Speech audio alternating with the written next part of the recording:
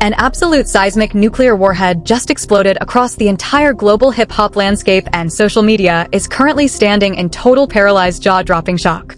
We thought we had witnessed every possible level of petty celebrity fallout. But what Drake just pulled off in response to Rick Ross' disastrous album release and empty world tour venues has officially set the entire entertainment industry on fire. After Rick Ross' 12th studio album, Set in Stone, suffered a catastrophic commercial collapse, moving a dismal 2,000 pure album units in its opening week.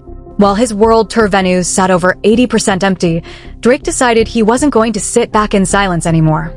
The Six Gods stepped into the arena and delivered a ruthless, cold-blooded, 5-word reaction that went viral in less than 30 seconds, publicly declaring that Rick Ross' music career is officially finished. Music. Drake didn't just align himself with 50 Cent's relentless trolling.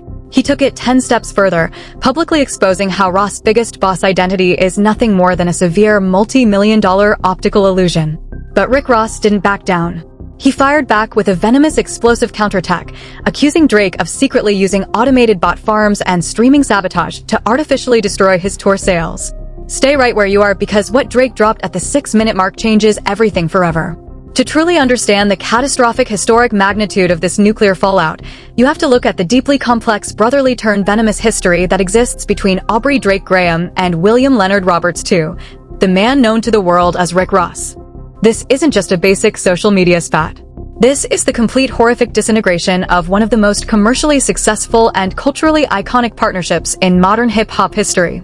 For over a decade, music, Drake and Rick Ross weren't just casual collaborators. They were an unkillable hit-making machine. Every time these two titans stepped into a recording booth together, hip-hop history was made. From timeless classics like Aston Martin Music, Lord Knows, and staying to massive chart-topping anthems like Gold Roses and Money in the Grave.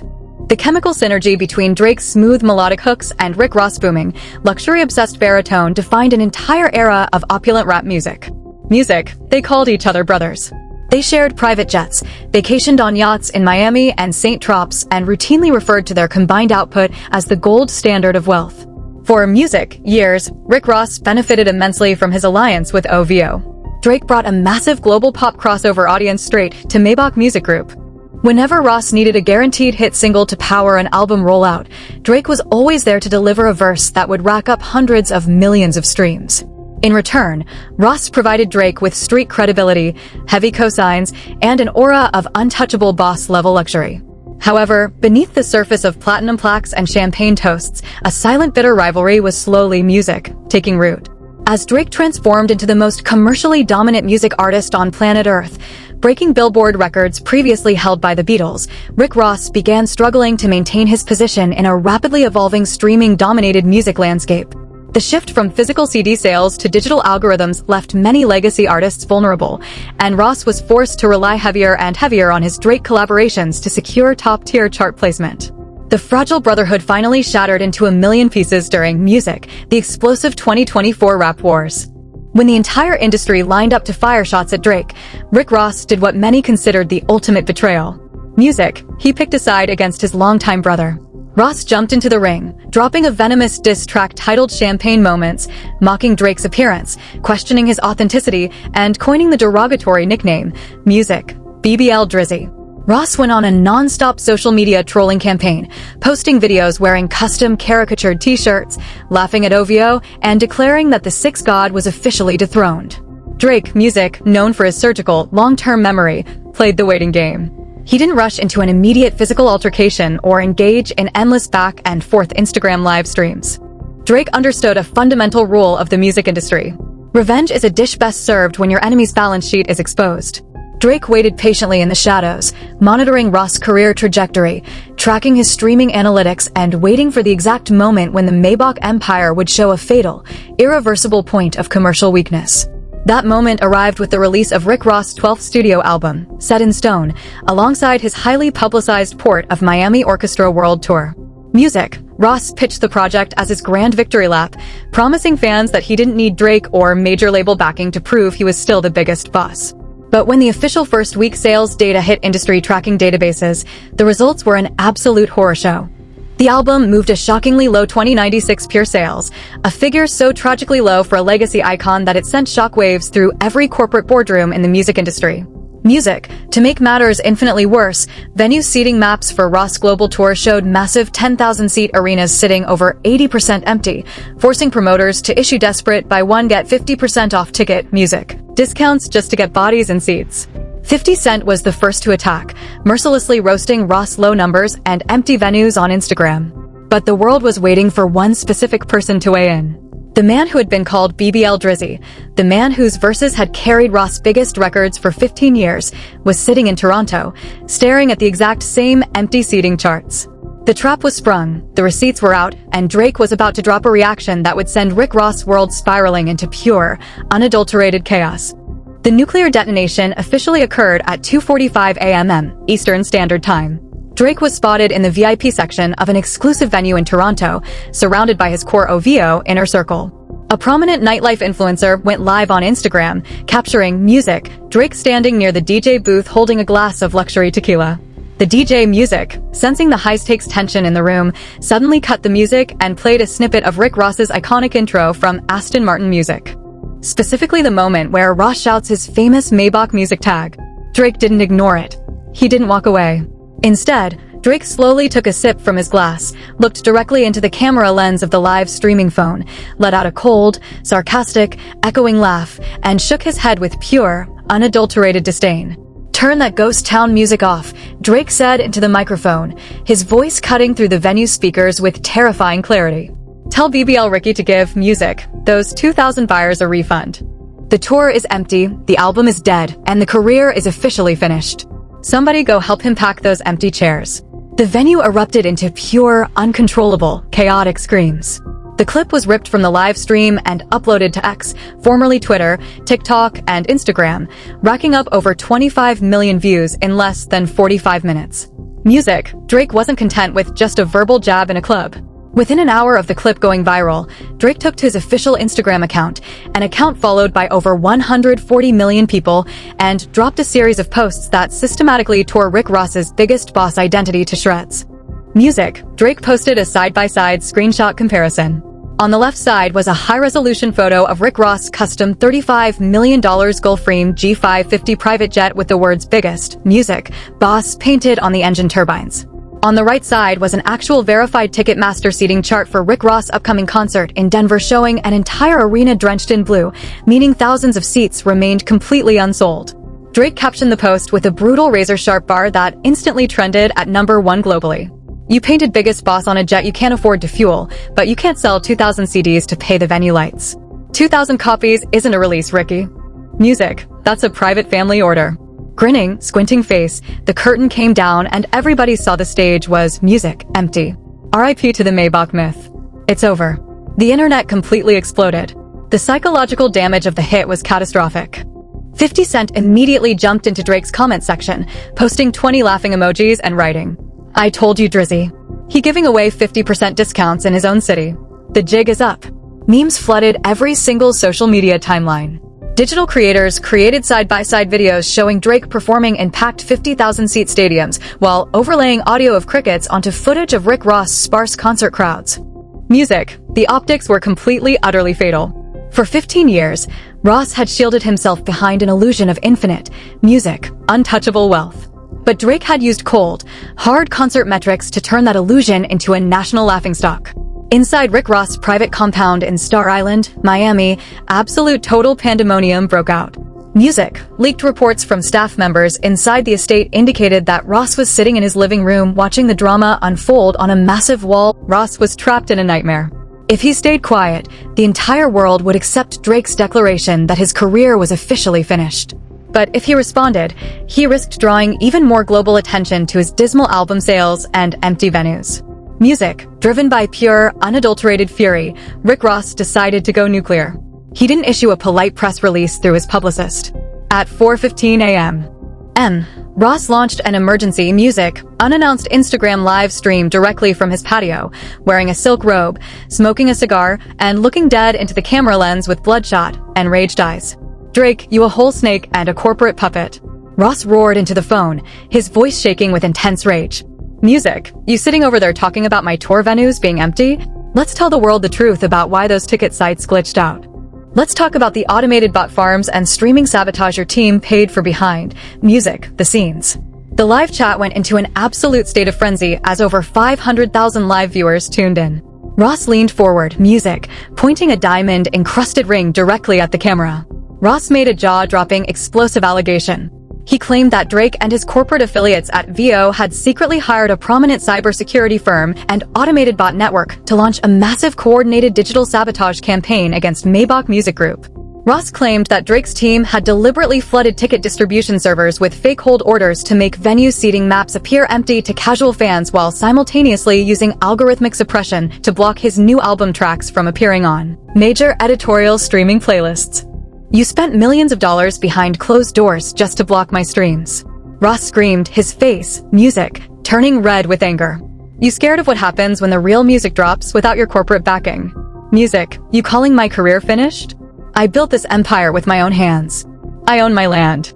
I own my wing stops. I own my masters. Music, you don't even own the voice on your records. You write your songs with 5 different ghostwriters in a room." It was a furious, desperate attempt to turn the tables and reframe his commercial failure as a victim of music, Drake's corporate sabotage. But just as Ross was finishing his explosive rant, a massive second unexpected twist dropped that turned his whole defense into an absolute nightmare.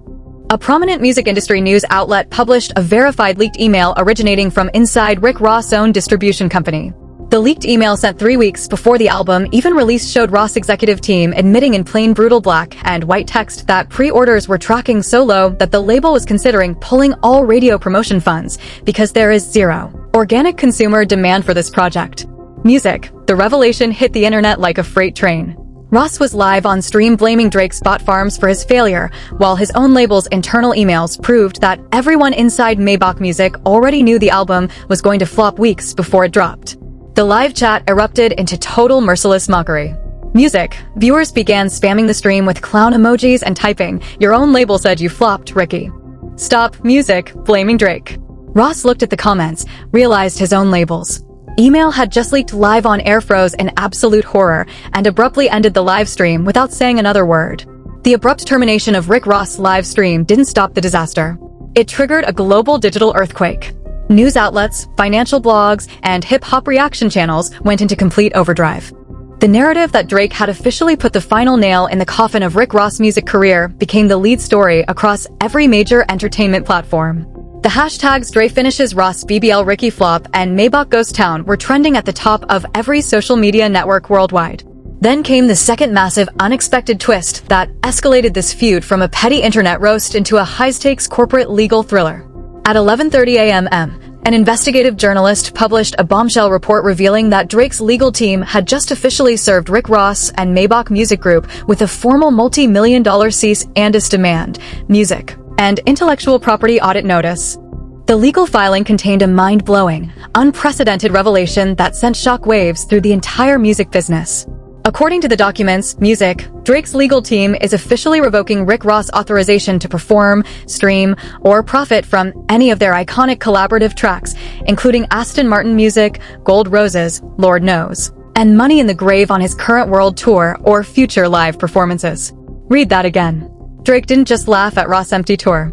Music, he officially blocked Rick Ross from ever performing their greatest hits again. The legal demand explicitly stated that because Ross had breached master licensing and co-ownership agreements by publicly disparaging Drake's brand and using his likeness to drive promotional controversy, OVO was exercising its contractual right to freeze all performance clearance licenses across global venue networks. If Rick Ross steps onto a stage anywhere in the world and tries to perform the hook or verse to Aston Martin Music or Money in the Grave, Music, venue promoters will face immediate multi-million-dollar copyright infringement lawsuits from Drake's legal team. The sheer diabolical genius of the move left the entire industry speechless. Drake had effectively stripped Rick Ross of the most popular crowd-pleasing songs in his entire concert set list. Think about what this means for a Rick Ross concert. Without Drake's hits, Ross is left with a setlist stripped of its biggest commercial records, forcing him to perform in front of already empty arenas without the very songs that fans paid to hear.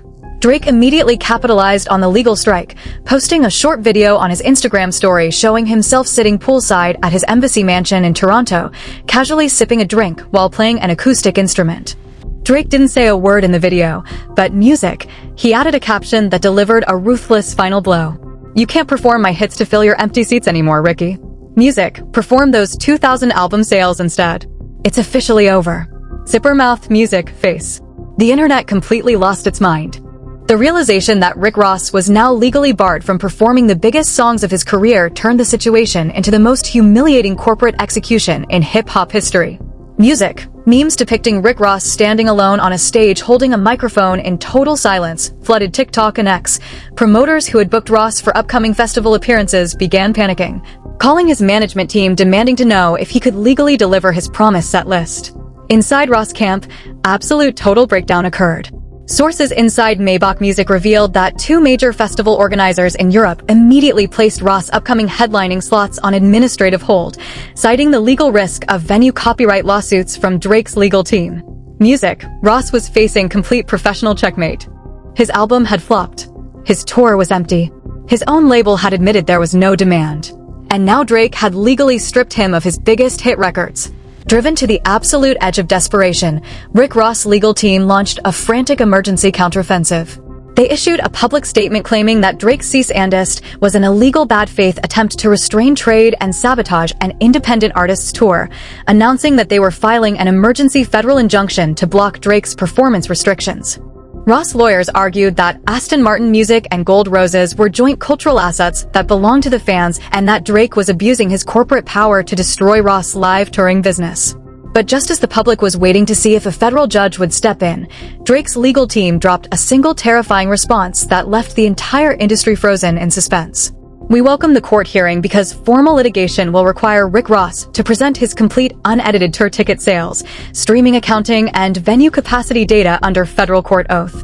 The threat was lethal.